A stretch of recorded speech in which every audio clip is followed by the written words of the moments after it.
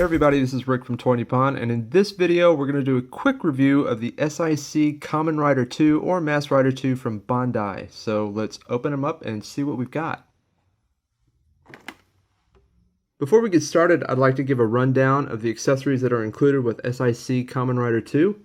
To start, we've got 3 extra sets of hands. A display stand is included. An extra head is included that has an open mouth. There's a removable muffler or scarf. He also has an interchangeable buckle that has the original Rider logo on it. Included are some effect parts for Rider Punch, and also for the classic Rider Kick. And now moving on to the figure itself. First I want to talk about the design of it. Absolutely beautiful, especially if you compare it to the original Rider 2 that came out in 1998. This sculpt compared to that one is like night and day. I absolutely love what they've done with this figure. I remember seeing it last year and couldn't wait to see this guy out, and so I'm glad I picked him up. Anyway, yeah, design-wise, love it. Just the detail work in this thing is amazing. All the line work throughout. Probably one of my favorite sculpts to come out of the S.I.C. line. It's just a gorgeous figure. But along with just, looking really good, he's got a lot of posability. Of course, he's got the ball-jointed head and neck. So he's got a lot of movement in there. Shoulder, got a lot of movement, articulation and rotation there. He has got a double jointed elbow, always good. Got some movement in the wrist. Of course you can swap those out and change hands if you want to. You can also move this chest piece up and down a little bit too. And then of course it's got that ab joint. The muffler on the back is also very posable, rotates and bends. And then got great knee articulation, double jointed knee.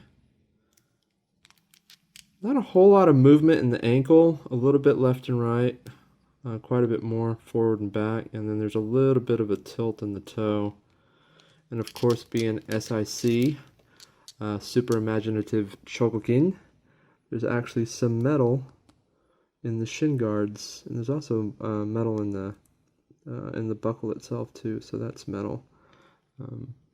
So yeah, you're going to get a lot of posability out of this guy, especially compared to, I remember I have the first Kikaida S.I.C, and that thing was just basically a statue.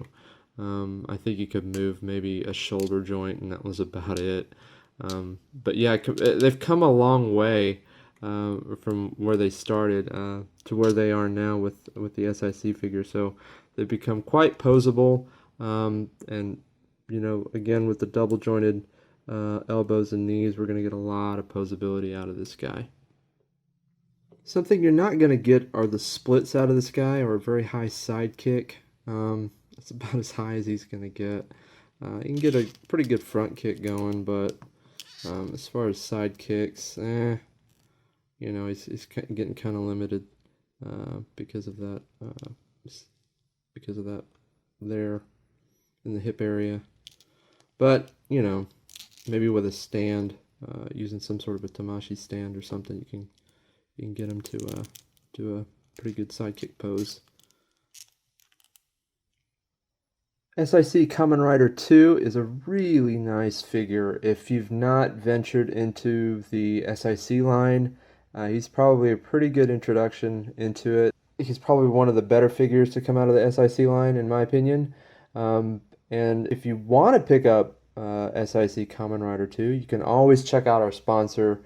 Thanks for checking out my review. Be sure to check out more of my reviews. I've got more to come. I know this is just a start for me. But I hope to be churning out more and more video reviews as time goes along. I've certainly got a lot of toys that I can do reviews on, and hopefully I can start churning those out more frequently and more often. So we'll see you at the next one.